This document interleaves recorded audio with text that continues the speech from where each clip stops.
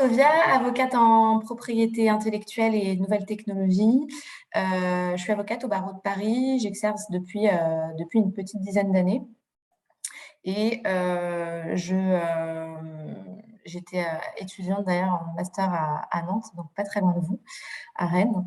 Je m'intéresse donc depuis plusieurs années aux nouvelles technologies et tout ce qui est un petit peu nouveau, donc les data. Et puis comme je vous disais, je ne sais pas si vous avez pu entendre, mais je suis tombée dans le bain des cryptos déjà parce que ça a commencé avec le Bitcoin en 2016, un peu par curiosité intellectuelle, on va dire. Et il se trouve qu'au bout d'un moment, avec l'arrivée des NFT, j'ai trouvé une concordance en fait entre ma pratique d'avocate et cet univers du web 3.0 qui est passionnant, où il y a énormément de choses à faire, mais où on est encore un peu dans des zones de non-droit. Et donc, j'ai développé cette expertise sur les NFT et tous les aspects. Donc là, c'est une conférence qui est sur les NFT et le droit d'auteur. C'est l'intitulé parce que c'est ce qui pose le plus souvent actuellement en tout cas des problématiques juridiques sur les aspects propriété intellectuelle.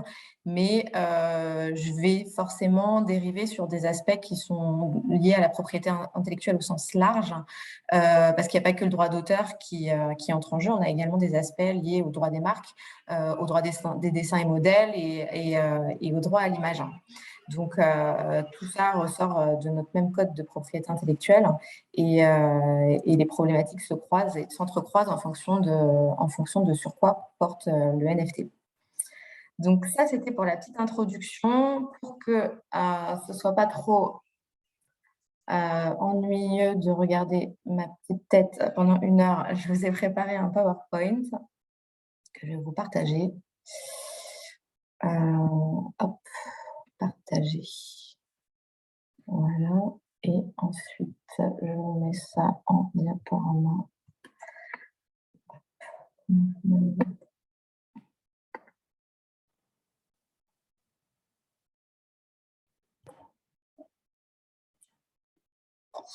Voilà. Et pourquoi vous voyez la diapositive suivante, paramètres d'affichage. Voilà. Donc, NFT et droit d'auteur. Si ça vous intéresse, je pourrais partager ce petit support de présentation. Je l'ai fait à dessein pour que vous ayez une petite trace et que ça évite de prendre des notes pour ceux qui voudraient revenir sur certains aspects. Donc ça, c'est un petit peu le plan de ce qu'on va évoquer. Je voulais commencer par parler de ce qu'est un NFT. Pour la simple et bonne raison que il y a une étude d'IFOP, je crois, qui est sortie en janvier ou en février, qui fait état du fait qu'à peine, je crois, c'est 5% de la population sait vraiment ce que c'est qu'un NFT. Et il y en a un petit peu plus qui en ont entendu parler, mais en fait, qu'est-ce qui se cache derrière le NFT? Assez peu de personnes arrivent à le savoir, bien que sur la moyenne d'âge des étudiants, je crois que les 18-25 ans sont les plus renseignés sur le sujet. Donc un NFT, techniquement, qu'est-ce que c'est? Déjà, c'est un jeton numérique qui est non fongible. Pardon pour ceux qui connaissent un petit peu l'univers, mais c'est je pense, un rappel nécessaire. Donc, ce jeton numérique, il est non fongible dans le sens où il ne peut pas être échangé contre un autre NFT. À la différence d'un Bitcoin ou d'une monnaie fiat, vous ne pouvez pas échanger votre NFT qui porte par exemple sur, on va dire, une œuvre, le tableau que j'ai derrière moi, contre un autre NFT qui va porter sur une autre œuvre. À la différence d'un Bitcoin, vous pouvez échanger un Bitcoin contre un Bitcoin. Donc, ce jeton numérique, il est non fongible, non échangeable avec un autre. Et il ne peut être créé que sur certaines blockchains parce qu'il nécessite en fait que soit généré ce qu'on appelle un smart contract, ou en français on parle de contrat intelligent. Et en fait, ce contrat intelligent, c'est juste un petit programme informatique qui va exécuter de manière automatique un ensemble de règles. Et une fois qu'on a créé ce smart contract, on va l'inscrire sur une blockchain. Donc, on parle de mintage. On va minter le NFT, c'est-à-dire l'inscrire sur la blockchain. Et ce NFT, du coup, devient ensuite unique, traçable, il ne peut plus être effacé et on peut exécuter toutes les instructions qui sont mentionnées. Le smart contract, il contient ce qu'on appelle des métadonnées. Donc souvent, les néophytes en matière de NFT pensent que quand on va inscrire un smart contract, un contrat intelligent sur une blockchain, l'image de l'œuvre ou l'image d'un logo ou l'image d'une personne, en fonction de l'objet du NFT, va être inscrit sur la blockchain. Donc ça, c'est une information qui est fausse. En fait, n'est inscrite dans la blockchain que le contrat intelligent et l'ensemble des métadonnées qu'il comporte, mais pas l'image en elle-même. Donc, cette image-là, elle va être inscrite sur un serveur. Dans 90% des cas, ça va être inscrit sur un serveur qui est un serveur centralisé. Donc, un serveur, ça peut être mon serveur, un serveur quelconque. Ou sinon, ça peut être inscrit de manière plus rare, mais de manière plus sécurisée sur un serveur décentralisé de type IPFS, hein, ce qui permet d'éviter l'écueil le plus important avec le NFT et donc le lien vers l'œuvre qu'il contient, qui est stocké sur un serveur, c'est que le plus gros risque, en fait, c'est le piratage. Parce que si vous avez un NFT qui contient un ensemble de métadonnées qui renvoie à une œuvre qui, elle, est stockée sur un serveur qui se fait hacker, si l'image est volée, potentiellement, ce NFT, en fait, n'a plus aucune valeur parce que l'image qui est le support de création de ce NFT peut disparaître. Donc, ça, je rentre un peu dans des détails techniques, mais c'est parce que j'ai des clients qui, malheureusement, ont rencontré ce genre de problématiques. On pourra en reparler si vous avez des questions sur le sujet à la fin. Et donc, ce fichier numérique, en fait, ce NFT va renvoyer à tout un tas de métadonnées. Donc, ça peut être l'URL vers une œuvre et ça peut être également ce qu'on fait de plus en plus là pour sécuriser les contrats sur les aspects propriété intellectuelle. Ça peut également renvoyer à un contrat en format PDF qui répondrait aux exigences de notre code de propriété intellectuelle pour prévoir l'ensemble des droits à céder pour exploiter de manière licite les droits d'auteur ou les droits de propriété intellectuelle qui sont liés à l'objet de droit qui donne lieu à la création du NFT. J'y reviendrai un petit peu plus tard. Et donc, pour les plateformes de création de NFT, donc les plus mainstream, la plus connue, c'est OpenSea. On a Rarible également, Nifty Gateway. Donc ça, ce sont les plateformes les accessibles par tous. Mais il faut savoir qu'il y a énormément d'initiatives qui se développent, notamment dans le luxe, pour créer de toutes pièces des plateformes de mintage, de création de NFT, afin d'être indépendant de ces plateformes type OpenSea qui sont accessibles au plus grand public et du coup correspondent en quelque sorte à des marketplaces que les maisons de luxe considèrent parfois un peu bas de gamme parce qu'on ne peut pas coder le smart contract de façon très précise, etc. Et donc l'intérêt du NFT, alors ça c'est la grande question, à quoi sert le NFT? Alors, on reviendra sur les aspects marketing, entre guillemets. Est-ce que ça a une vraie valeur? Comment on valorise le NFT et qui le valorise? Mais sur l'intérêt purement technique du NFT en matière de propriété intellectuelle, il est assez intéressant parce qu'il permet pour la première fois de garantir l'authenticité, l'unicité et la traçabilité d'un fichier numérique. Antérieurement, par exemple, quand un artiste digital créait une œuvre digitale, il avait un fichier HTML, PDF, peu importe le format du fichier, un fichier audiovisuel. Mais chaque copie de ce fichier, de par la nature même du numérique, est une copie parfaite. Donc, on ne pouvait pas distinguer l'original de la copie. Et l'intérêt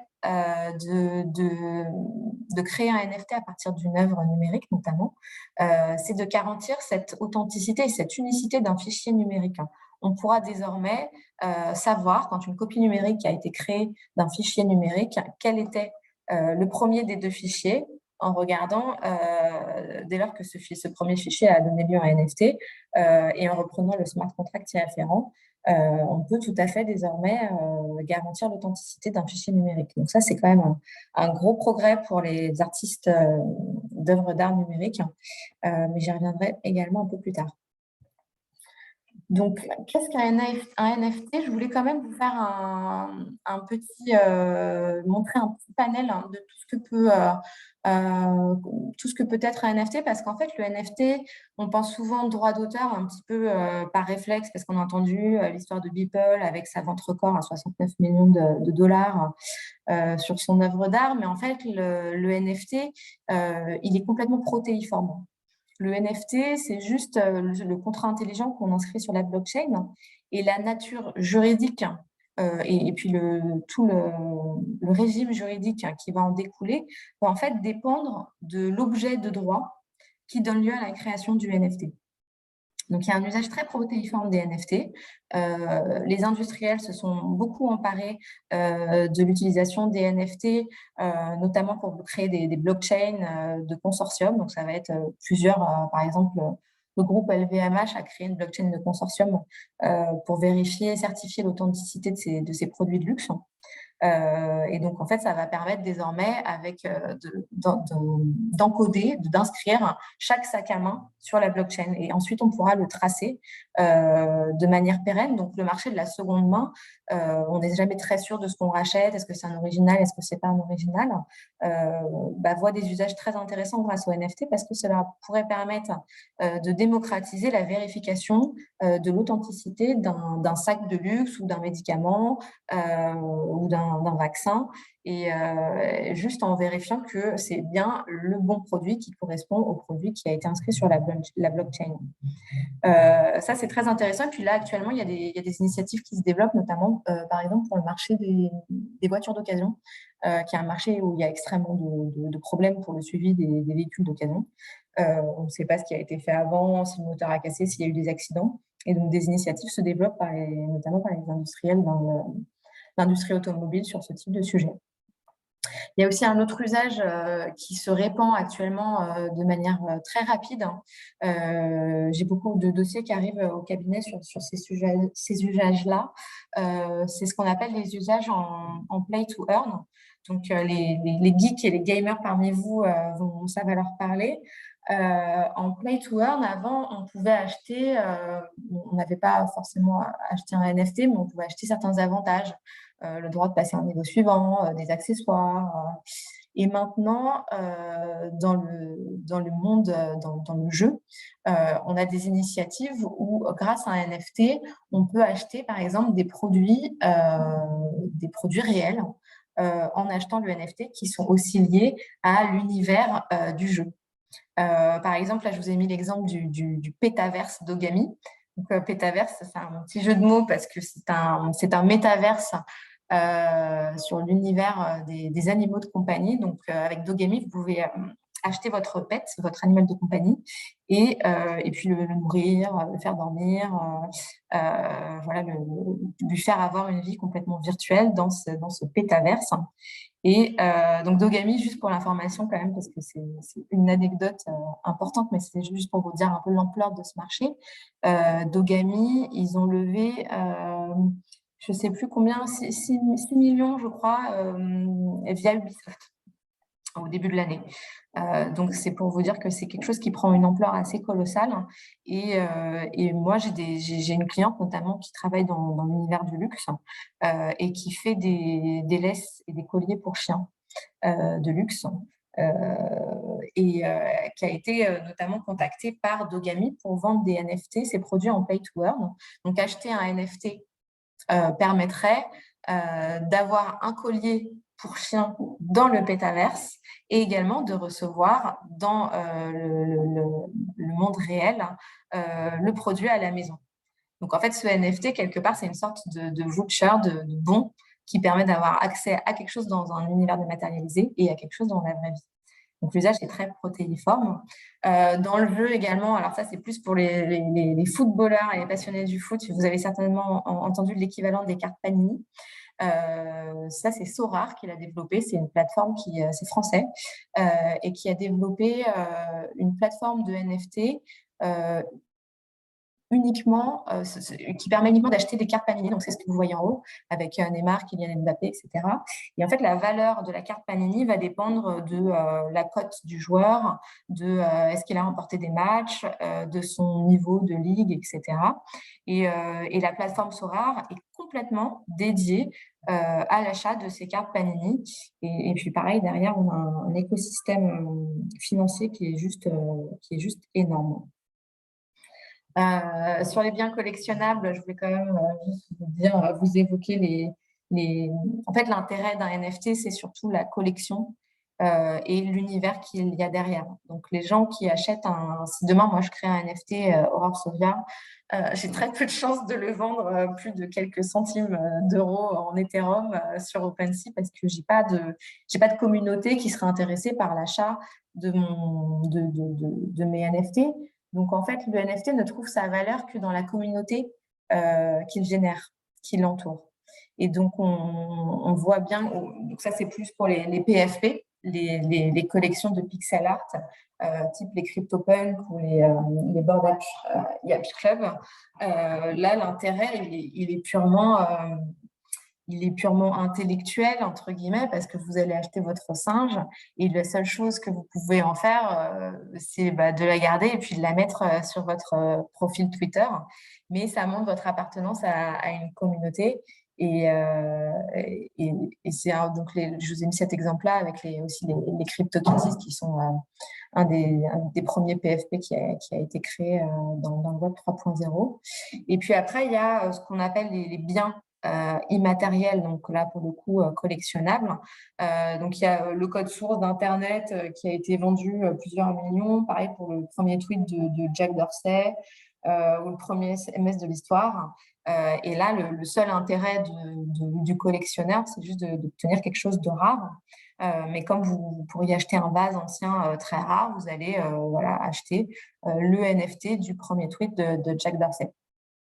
Et je vous ai mis aussi pour la petite anecdote macabre la référence à un médecin qui a essayé de vendre en NFT une radio c'était la jambe, je crois, d'une rescapée du Bataclan qui s'était pris une balle dans la jambe.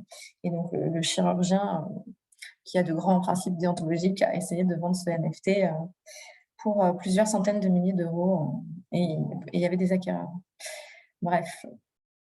Alors, sur les autres usages protéiformes de ces NFT, le NFT il peut aussi permettre de certifier des œuvres d'art numérique.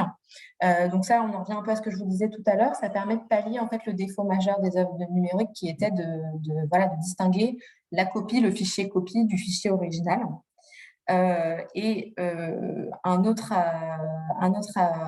Une autre utilisation qui s'est beaucoup développée là, surtout à Londres ou en Italie, c'est la certification d'œuvres physiques et la mise en vente de leurs jumeaux numériques.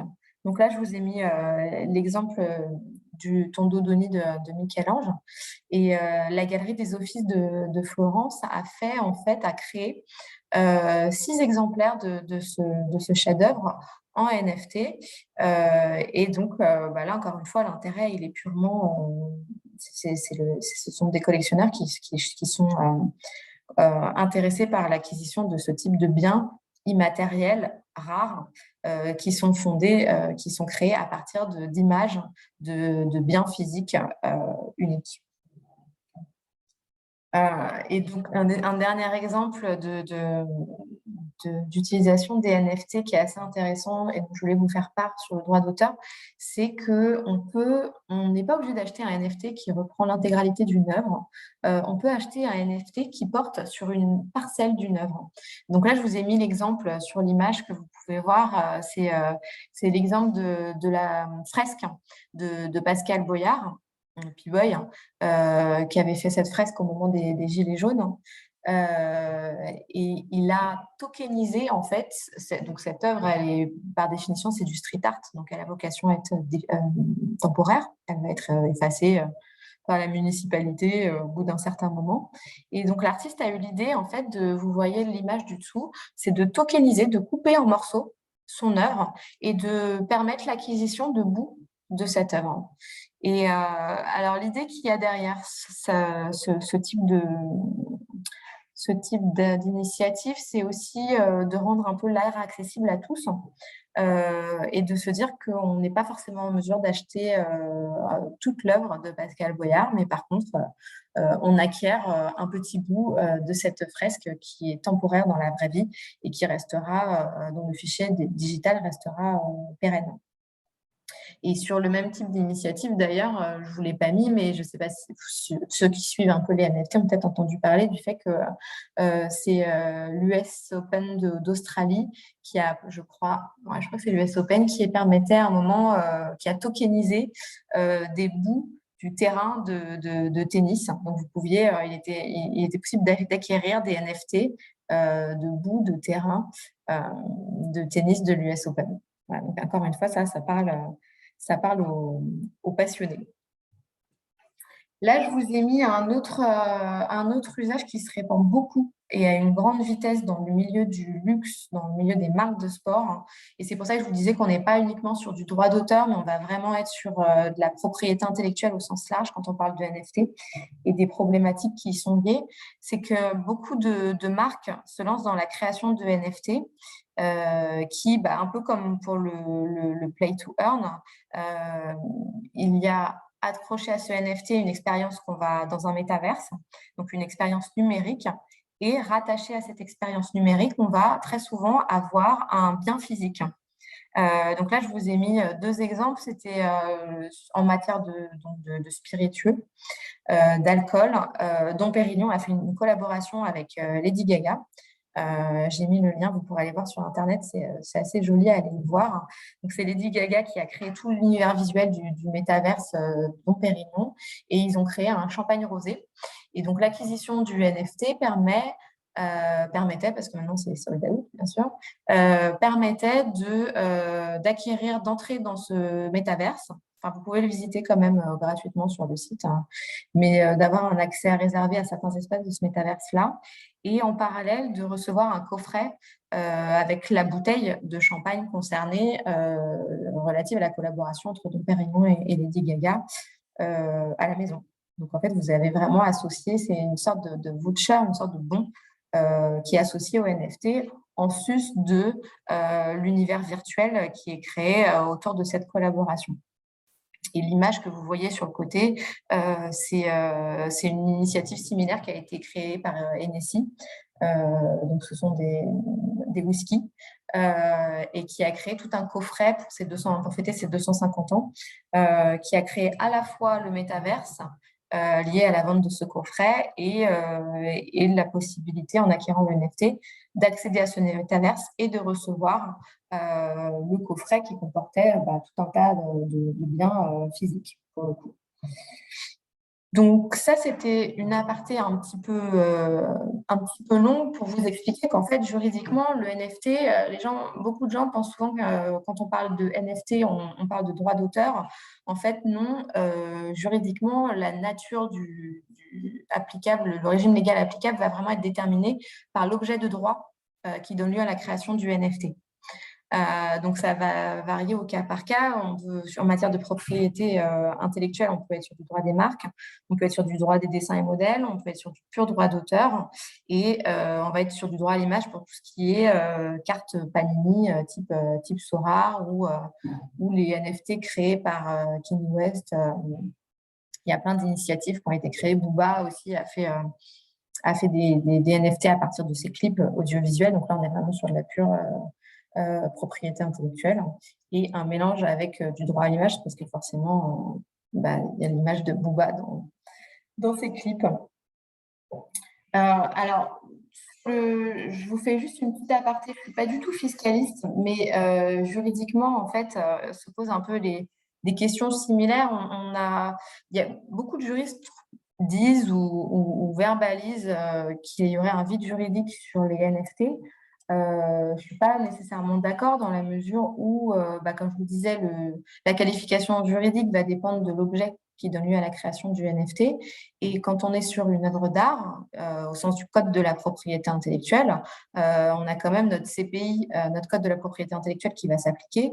Et donc, on n'est pas complètement démuni sur qu'est-ce qu'on peut faire, est-ce qu'on peut rentrer dans le cadre d'une contrefaçon, quid de la titularité des droits, je vais développer un peu derrière, mais on n'a pas de vide juridique à proprement parler parce qu'on peut, en fonction du type de NFT, attraire un régime légal sur la problématique en cause. Donc, fiscalement, il y a un débat actuel, la question n'est pas tranchée sur la question de savoir comment on qualifie le NFT et est-ce que c'est un actif numérique, ce qui est le cas pour les bitcoins, par exemple. Donc ça, a priori, ce ne serait pas le cas parce que le NFT, par nature, il n'est pas fongible. Est-ce que c'est une œuvre d'art? Et ben, là, pour le coup, la réponse va dépendre de quel est l'objet de droit qui donne lieu à la création du NFT. Si c'est une chaussure Nike, il n'est pas certain qu'on soit éligible à une protection au titre du droit d'auteur. Donc, fiscalement, est-ce qu'on peut qualifier ça d'œuvre d'art? Probablement que non. Et est-ce qu'on est sur plutôt un bien meuble incorporel? Et a priori, il semblerait que oui. Et je vous donne l'exemple aussi des ventes aux enchères publiques de NFT. En France, la vente aux enchères publiques par les commissaires-priseurs de biens meubles incorporels n'était pas possible jusqu'à il y a très peu, jusqu'au 28 février 2022, donc c'est le début d'année. Donc en fait, seules les galeries type alors les galeries physiques ou les galeries type OpenSea, qui est en fait une galerie digitale, pouvaient proposer à la vente des NFT. Mais les commissaires-priseurs n'étaient pas en mesure d'organiser des enchères publiques autour des NFT. Et tout ça parce qu'ils n'étaient pas en mesure de vendre des biens meubles incorporels. Ça a posé bien sûr des difficultés et le législateur est intervenu après avoir consulté la commission des ventes. Et depuis la loi du 28 février de 2022, les commissaires-priseurs sont en mesure de vendre aux enchères publiques ces biens meubles incorporels que sont les NFT. Alors, il y a un petit aléa juridique dans le sens où la loi en question ne fait pas expressément référence aux NFT. On attend un décret d'application pour confirmer, mais le premier projet de la loi le prévoyait, ça a été enlevé. Donc, il y a toujours un petit doute, mais sachez que la première vente aux enchères publiques de NFT a été organisée c'était mars dernier. Ah oui, ben voilà, je l'ai marqué. Le 10 mars dernier par Fauve Paris. Et donc, qui a vendu notamment l'œuvre de Beeple que vous voyez, que je vous ai mis sur le côté, a été vendue durant cette vente aux enchères publiques. Donc, c'est une première historique en France, ce n'était pas possible à présent. Et le moyen de détourner ça, c'était de passer par des ventes à l'étranger. Donc, c'est quand même un progrès notable et intéressant pour l'univers des NFT. Pour ce qui est des problématiques liées à la titularité des droits, il y a eu des gros écueils en fait quand les NFT sont arrivés. Donc ça fait maintenant 1 an et demi. On va dire qu'on est vraiment sur un boom du NFT et tout le monde crée un peu des NFT avec n'importe quoi, avec les droits de tiers sans vraiment se poser de questions. Il y avait un petit peu cette FOMO, cette fear of missing out de toutes parts, où tout le monde s'est dit il faut qu'on s'engouffre dans la brèche avant de rater quelque chose. Et en fait, le droit arrive complètement à rebours, comme bien souvent de ce marché. Et donc là, on commence seulement à voir arriver, nous, dans les cabinets d'avocats, les contentieux, en tout cas les pré-contentieux, parce qu'on n'est pas encore de contentieux judiciaire, ça se transige beaucoup. On n'a pas encore de gros contentieux judiciaires français. Là, les gros contentieux judiciaires sur les NFT sont surtout aux États-Unis, parce que ça a commencé avant la France, la commercialisation de NFT là-bas, et ça se démocratise très, très vite. Mais en France, dans les cabinets, là, on voit vraiment arriver ces problématiques de qui a créé le NFT et est-ce que cette personne, physique ou morale, avait le droit de le faire.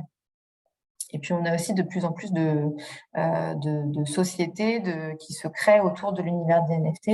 Et heureusement, les créateurs se posent la question de qu'est-ce que j'ai le droit de faire avec les droits d'un artiste, avec les droits à l'image d'une célébrité, avec une marque. Comment je peux le faire? Est-ce qu'il faut que j'obtienne des autorisations et dans quelles conditions? Donc, la réponse, elle est en fait finalement assez simple, c'est que la création et la communication d'un NFT qui est basé sur un droit de propriété intellectuelle ou un droit à l'image, donc sur une œuvre physique, sur une œuvre numérique, sur un logo, sur un dessin modèle, nécessite nécessairement l'autorisation des droits de propriété intellectuelle ou des droits à l'image de la personne concernée. Donc, si vous êtes dans l'hypothèse, dans le cas où vous conseillez quelqu'un qui veut créer un NFT à partir d'une œuvre ou à partir d'un bien physique marqué qui ne lui appartient pas, le conseil à lui donner, c'est d'obtenir les droits via une cession de droits, via une licence d'exploitation. Mais en fait, c'est complètement transposer ce qui existe dans le monde physique au Web 3.0. Et on a eu des exemples de ça. Donc, pour les droits d'auteur, il est indispensable de disposer des droits patrimoniaux d'auteur et de l'accord du titulaire du droit moral, des ayants droit, si la personne est décédée, si l'auteur est décédé. Et pour exemple de ça, on a eu le cas qui a été pas mal vu dans la presse de la succession Picasso. Donc, Picasso est décédé, comme vous le savez, et il a un ensemble d'ayants droit, dont une fondation, je crois qu'elle s'appelle Fondation Picasso. Et certains des ayants droit de Picasso ont vu arriver la bulle très lucrative des NFT et se sont dit super, engouffrons-nous dans la brèche et ont annoncé publiquement la création future d'une collection de NFT à partir des œuvres de Picasso. Malheureusement pour eux, une autre partie des titulaires des droits patrimoniaux et aussi le titulaire du droit moral de l'œuvre n'étaient pas d'accord, ne sont toujours pas d'accord d'ailleurs, pour que soient créés des NFT à partir de l'œuvre de Picasso. Donc typiquement, la succession Picasso, c'est un excellent exemple de la limite en fait de ce qu'on peut faire avec l'œuvre d'un tiers. Et cette limite, elle est purement juridique et elle découle purement de notre code de la propriété intellectuelle, c'est qu'il faut disposer des droits patrimoniaux d'auteur pour assurer une reproduction, une représentation ou une adaptation, parce qu'on peut même considérer qu'un NFT, c'est une adaptation d'une œuvre physique ou numérique. Et donc, comme je vous disais, ces cas-là, sur le droit d'auteur, ils sont complètement transposables à l'univers du droit des marques. Si vous voulez créer un NFT à partir d'une chaussure type Nike ou Adidas ou Hermès, une marque de luxe, une marque connue, une marque enregistrée de toute façon, vous devez nécessairement obtenir une licence d'exploitation ou une cession de droit sur la marque en cause. Et un bon exemple de contentieux, pour le coup, parce que c'est un contentieux qui a lieu actuellement, c'est la Federal Court of Manhattan. Donc, c'est un contentieux en cours entre Nike et StockX. StockX, c'est une marketplace qui revend des chaussures de sport, et notamment des Nike, et qui a eu pour idée un peu maligne de créer des NFT à partir de Nike. Et donc, ces NFT étaient en fait des vaults, des bons qui permettaient, donc vous acquérez votre NFT et vous receviez votre paire de Nike. Sauf que StockX a créé ces NFT à partir de chaussures Nike, donc qui comportent le swoosh, le signe de Nike, sans demander l'autorisation de Nike. Et Nike a signé en contrefaçon de ses droits de marque la société StockX en disant que ça laissait penser aux consommateurs qu'un partenariat avait été créé entre StockX et Nike pour donner lieu à ces NFT, alors que Nike n'était pas du tout d'accord pour la création de NFT, d'autant que Nike a investi plusieurs millions d'euros pour acquérir une start-up qui s'appelle Artefact Studio et qui permet notamment de la création, qui crée un métaverse et puis qui permet aussi la création de NFT autour de l'univers de la chaussure Nike. Donc Nike est très très avant-gardiste sur ces sujets-là et a été et est toujours d'ailleurs assez attentif sur ce que vont faire les tiers avec ces marques. Donc le contentieux est en cours et même si on est sur du droit US, donc qui est différent du nôtre, je pense qu'il y aura des enseignements à tirer de la solution de ce litige, si y en a une, s'il se transite. Ce serait intéressant d'avoir en tout cas un une première jurisprudence, même si elle est américaine. Oui, je voulais vous parler de la plateforme OpenSea parce que la plateforme OpenSea, donc c'est la plateforme qui est la plus mainstream en matière de création de NFT. J'ai pas mal de clients qui, pour lancer des collections, même des galeries assez renommées, qui pour lancer des collections ne connaissant pas le Web 3.0 et n'ayant pas de capacité de faire développer, parce qu'il faut faire développer une plateforme financière pour créer des NFT, ça coûte cher, se disent qu'elles vont vendre leur NFT via OpenSea. Mais il faut savoir que OpenSea, de son propre aveu, ça sort d'un tweet qu'a fait OpenSea elle-même, 80% des NFT sur cette plateforme seraient créés sans autorisation du titulaire des droits sur l'œuvre. Ce qui veut dire que potentiellement, 80% des NFT sont susceptibles de donner lieu à des actions en contrefaçon. Donc, il faut quand même être assez vigilant quand on décide d'acheter un NFT.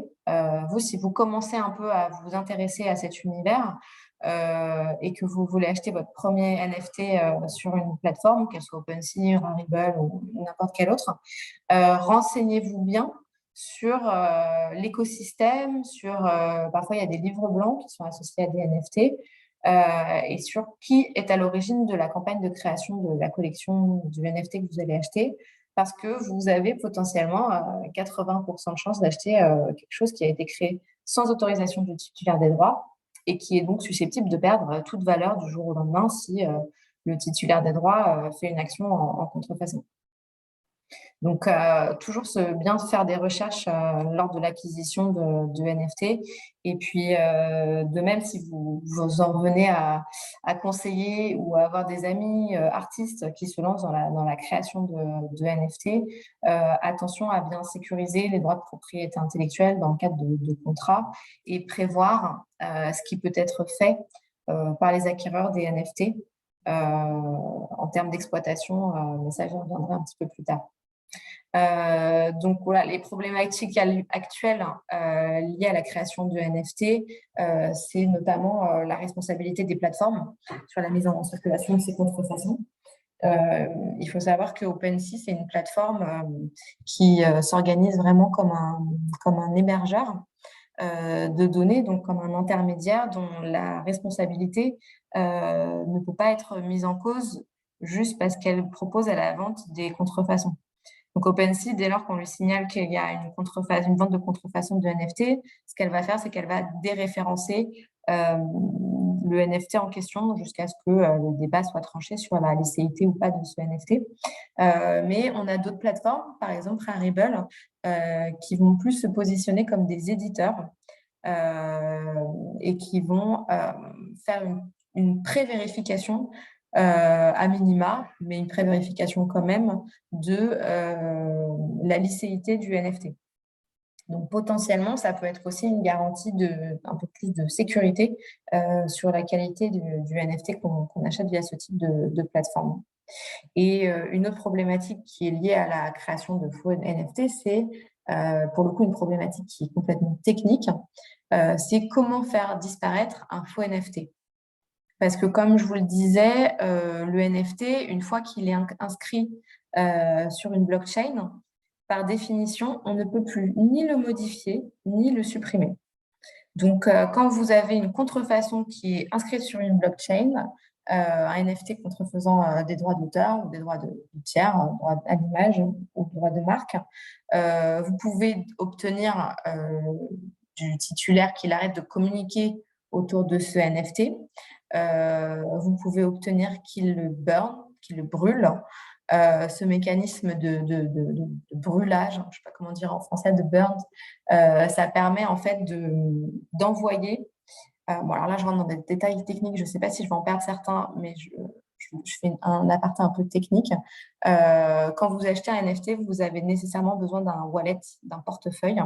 Et ce wallet dispose d'une clé publique et d'une clé privée. Et pour brûler un NFT, on fait en sorte d'envoyer ce NFT vers un wallet dont la clé publique soit n'existe pas, soit n'est connue de personne.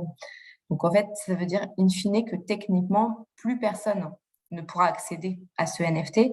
Mais pour autant, ce NFT, il ne disparaîtra jamais d'une blockchain parce que de par la nature même de la blockchain, rien ne peut disparaître de la blockchain.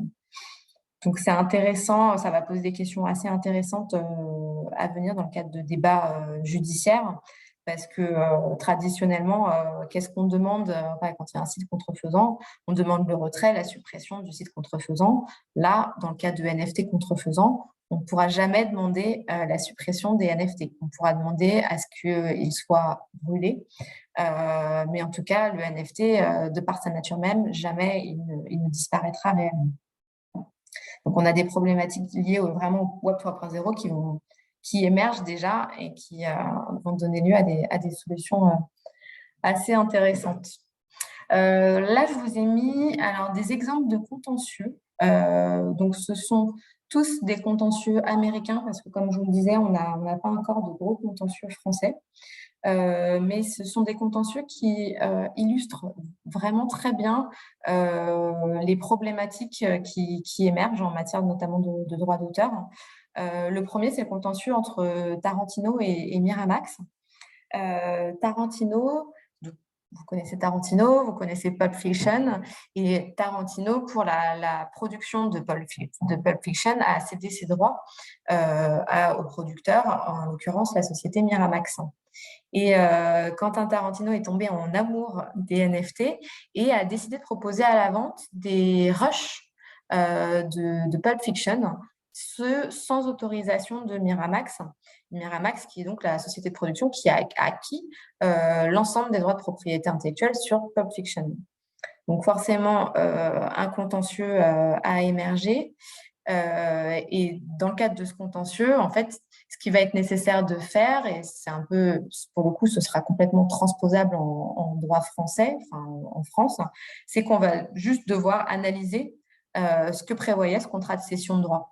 Est-ce que le contrat de cession de droit de propriété intellectuelle de ces droits d'auteur par Tarantino à Miramax prévoyait de manière implicite et ou explicite la possibilité, la cession de droit sur la création de NFT. Et ça, c'est une problématique assez intéressante parce que du coup, nous, avocats et juristes, il faut qu'on soit assez vigilants dans le cadre de la rédaction de nos contrats. Peu importe en fait le côté duquel on est quelque part, mais il faut qu'on soit assez vigilant pour prévoir ces nouveaux usages du Web 3.0 pour que lorsque ce type de contentieux arrive, on puisse être en mesure de trancher sans avoir besoin, le point juridique, sans avoir besoin d'en référer à une cour. Ça fait gagner du temps et puis de l'argent à tout le monde. Et ce sont des nouveaux usages, donc de toute façon, on va devoir, avec lesquels on va devoir composer à l'avenir. Donc désormais, dans les contrats, il est indispensable de faire attention à cette évolution des possibilités de cession de droit dans le Web 3.0. Donc, ce contentieux-là, il sera tranché. Donc là, je crois qu'on est encore à New York. Et il sera tranché non pas au regard du droit au sens large, mais vraiment au regard, je pense, d'une analyse des termes du contrat qui lie Tarantino et Miramax. Un autre exemple que je vous ai mis, parce que je le trouve très, très intéressant, dans le sens où il illustre vraiment le manque, la pauvreté d'informations et de connaissances du public et puis même des gros investisseurs privés sur le milieu des NFT corrélés aux droits d'auteur. C'est le contentieux HitPiece avec la Recording Industry Association of America. HitPiece, en fait, c'est une plateforme qui a été créée par des Américains, qui était une super idée à la base. Ils ont créé des NFT musicaux à partir d'œuvres très célèbres, mais des œuvres d'artistes comme, je vous ai mis, John Lennon, les Rolling Stones, je crois qu'il y a Lady Gaga, enfin voilà, des gros artistes. Et ils ont créé des NFT musicaux à partir de leurs œuvres, un catalogue énorme. Ils ont investi plusieurs millions d'euros et ils ont annoncé le lancement de cette plateforme. Donc, n'importe qui pouvait acquérir le NFT musical d'un extrait d'une chanson des Rolling Stones. Sauf que tout ça a été fait sans autorisation des titulaires de droit. Donc, un énorme tollé sur Twitter a eu lieu à la sortie de de cette plateforme parce que les artistes ont dit, mais nous n'avons pas été consultés, nous n'avons pas donné de licence pour la création de ces NFT musicaux et nous ne sommes pas rémunérés. Donc, dans un premier temps, Hitpiece a essayé de contourner un petit peu les revendications des artistes en disant que c'était que des extraits, en disant que bien sûr, ils allaient trouver un terrain d'entente avec les artistes en question, mais en fait, c'est en droit d'auteur français. Et puis, en droit américain, je ne m'engage pas, mais je pense qu'on est sur quelque chose de très similaire. Il faut une autorisation préalable des titulaires de droit. Donc là, c'est la Recording Industry Association qui s'est saisie du dossier parce qu'il y avait tellement d'artistes représentés sur cette plateforme il fallait que ce soit cette société de gestion collective quelque part qui s'en occupe et qui a mis en demeure Hitpiece de cesser l'exploitation de cette plateforme. Donc cette plateforme a purement et simplement disparu. Elle a été fermée et voilà, c'est une bonne illustration un investissement à perte de plusieurs millions d'euros, alors qu'en fait, juste un conseil juridique leur aurait permis d'éviter cette situation, soit en demandant des autorisations, soit en n'investissant pas dans le projet s'ils voyaient qu'ils n'étaient pas en mesure de les obtenir. Et le dernier contentieux dont je voulais vous parler, qui est un contentieux récent, c'est le contentieux entre Hermès et Mason Rothschild, qui est un Américain, un artiste, qui a créé pour dénoncer, alors ça c'est l'esprit de son œuvre, pour dénoncer l'utilisation de la fourrure et des animaux sur les vêtements et les sacs à main. Il a créé des méta-Birkin. Ce sont des sacs dont le design est inspiré du fameux sac Birkin de la maison Hermès. Ces méta-Birkin sont créés à partir d'une fausse fourrure. Donc, on parle d'image, hein, donc on voit une fausse fourrure de couleur. Ceci a été fait sans demander l'autorisation à la maison Hermès. Et en plus, outre l'utilisation et la reprise du design du sac Birkin, l'artiste a baptisé ses œuvres des méta-Birkin, et Birkin étant bien sûr une marque, pour le coup, protégée par un titre de propriété industrielle. Donc, dans la mesure où l'artiste n'a pas requis l'autorisation préalable d'Hermès, Hermès a considéré qu'il s'agissait d'une atteinte à ses droits de propriété intellectuelle et a engagé une procédure, encore une fois, devant les tribunaux new-yorkais. Et intéressant, pour reboucler un peu avec ce que je vous disais sur la responsabilité des plateformes, c'est que Hermès a également, avec succès, demandé à OpenSea de déréférencer de ces plateformes les méta-Birkin en expliquant qu'en fait, ces méta-Birkin contrefaisaient ses droits de propriété intellectuelle et OpenSea s'est exécuté. Pour la petite histoire, derrière, les NFT ont été republiés sur Rarible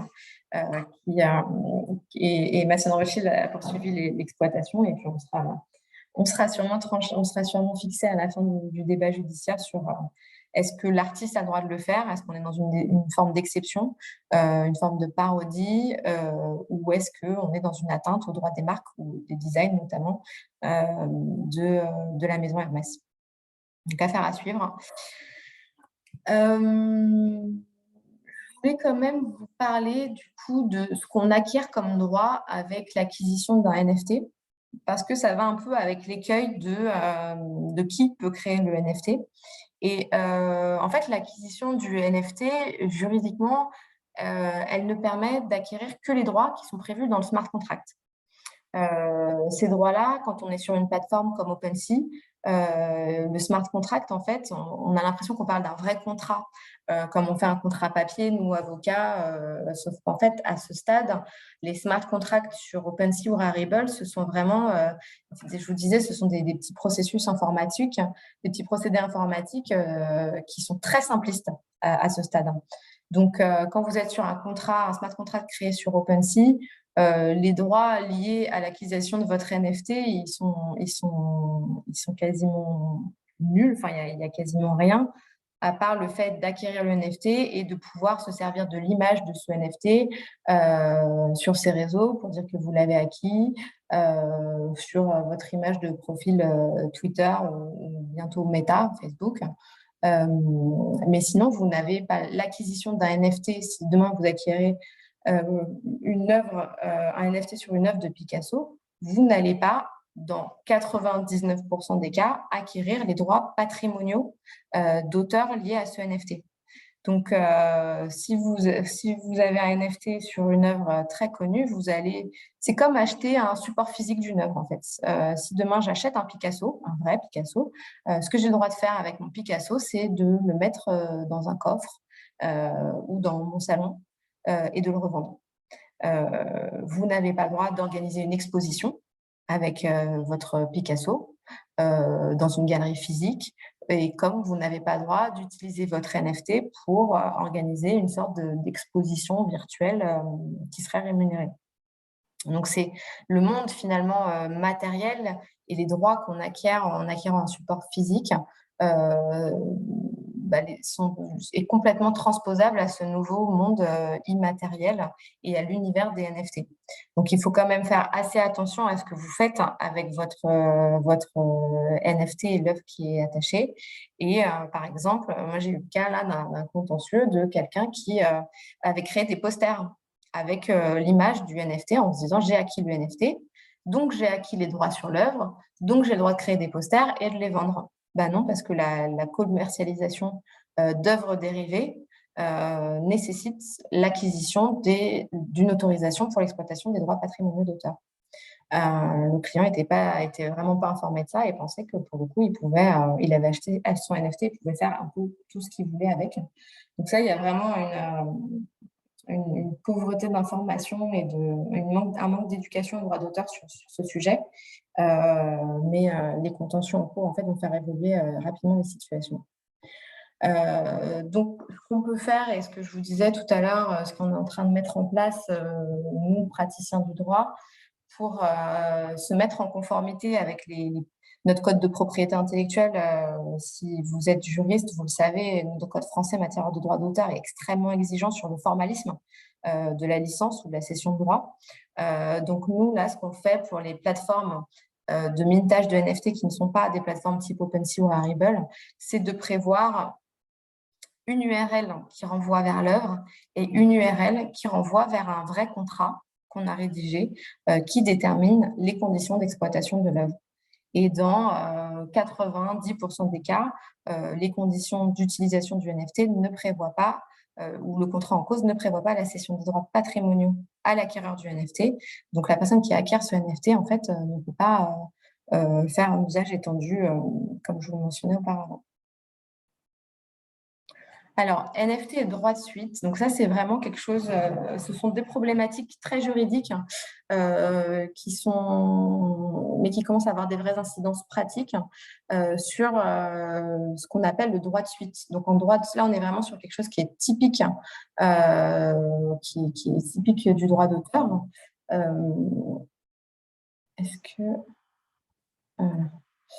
en fait, le droit de suite voilà.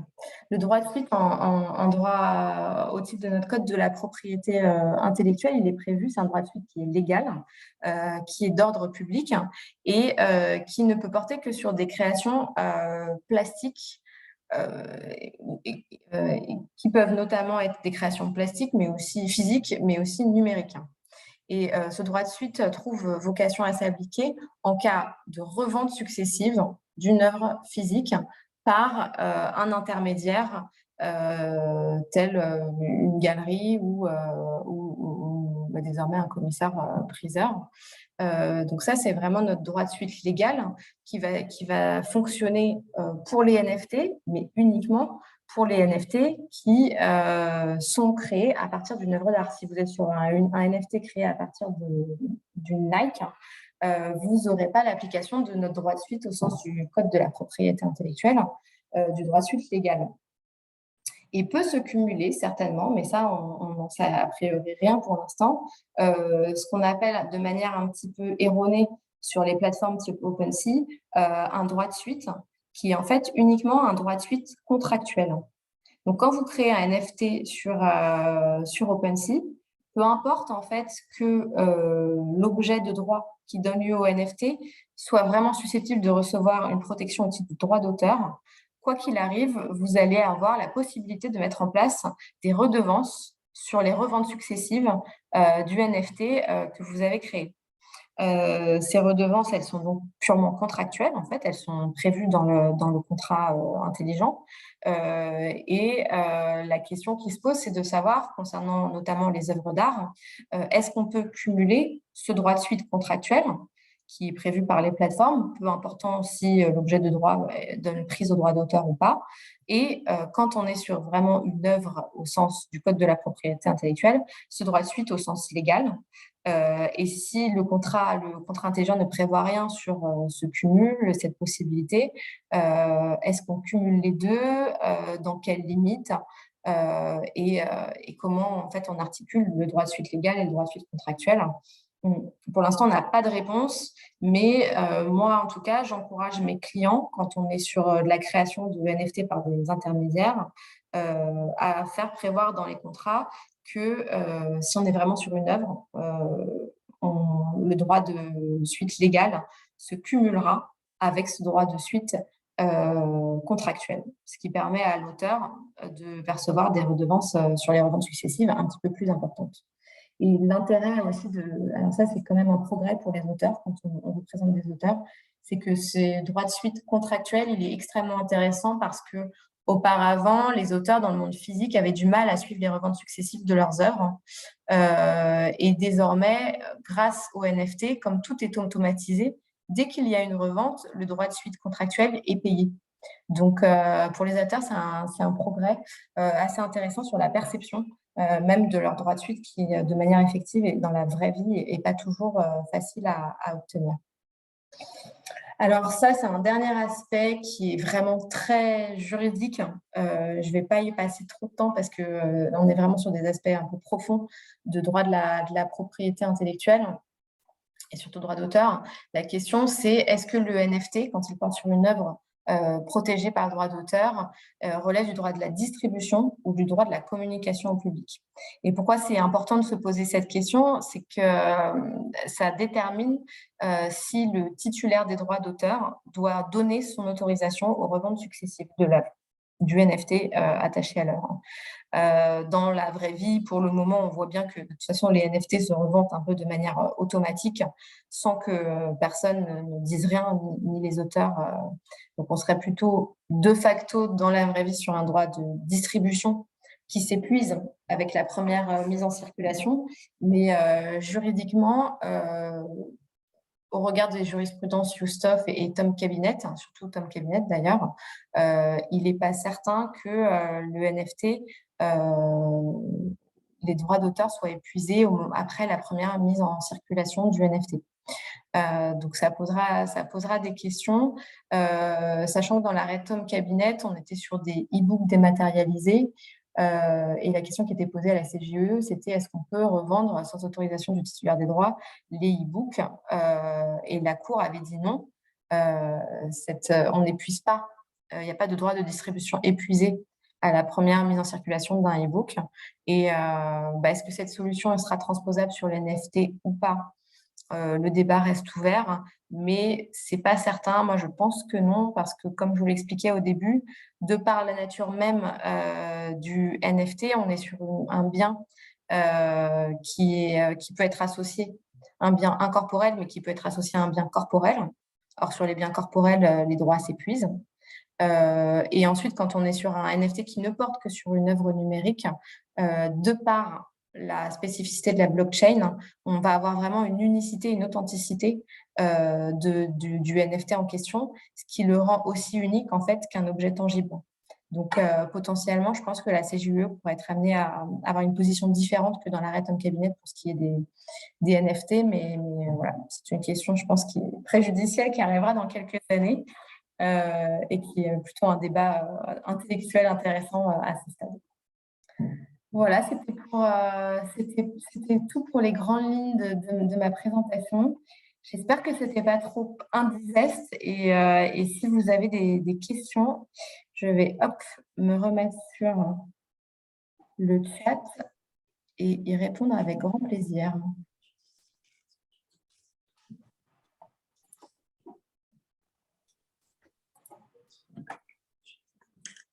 Est-ce que l'un de vous a une question dans la salle? Non. Je vous ai assommé. C'était très Je ne sais pas en fait dans quel degré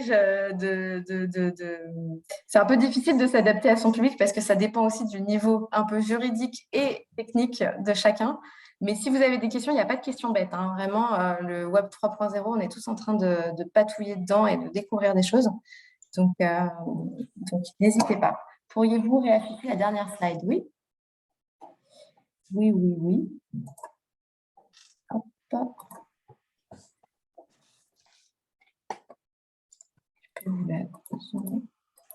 Ah non, comme ça. C'est pas ça que je voulais faire. Voilà. Non, c'est l'avant-dernière, c'est ça la dernière.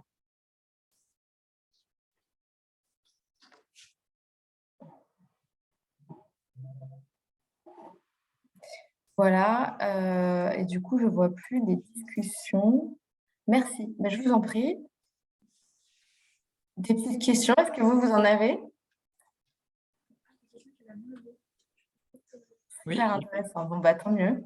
Il y a quelqu'un qui lève la main, Yann. C'est moi. Donc, d'abord, merci, Maître, pour votre intervention. Très intéressant. Je comprends bien les enjeux juridiques. J'aurais une question. Il me semble qu'il y avait une slide qui traitait justement des possibilités techniques pour faire de cet espace un état de droit, tout simplement. Enfin, un espace de droit, pardon. On voit qu'il y a des droits de propriété intellectuelle. Mais j'ai dû louper quelques éléments. Est-ce que vous pourriez étayer justement sur les possibilités techniques sur l'environnement blockchain, précisément, si possible? Qu'est-ce que vous voulez dire sur les possibilités techniques?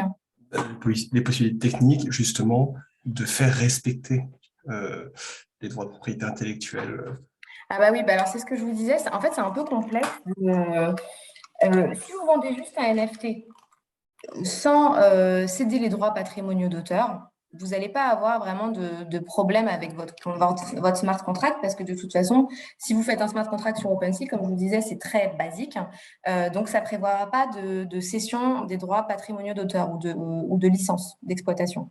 Par contre, si vous voulez aller dans quelque chose de plus fouillé, comme le font beaucoup là les marques dans l'univers du luxe, dans le cadre de partenariats notamment, parce que ce n'est pas toujours des partenariats payants, il existe maintenant des moyens de faire des contrats intelligents qui sont beaucoup plus fournis et qui peuvent répondre à nos exigences de notre code de propriété intellectuelle.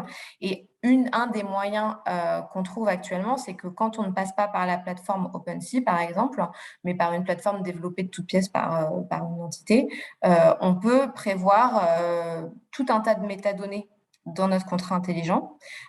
Donc, les métadonnées, ça va être les informations de base. Souvent, il y a le nom du titulaire, du NFT, la date de création, l'URL vers laquelle on va trouver l'œuvre ou le logo ou ce qui est l'objet de droit, le support de ce NFT.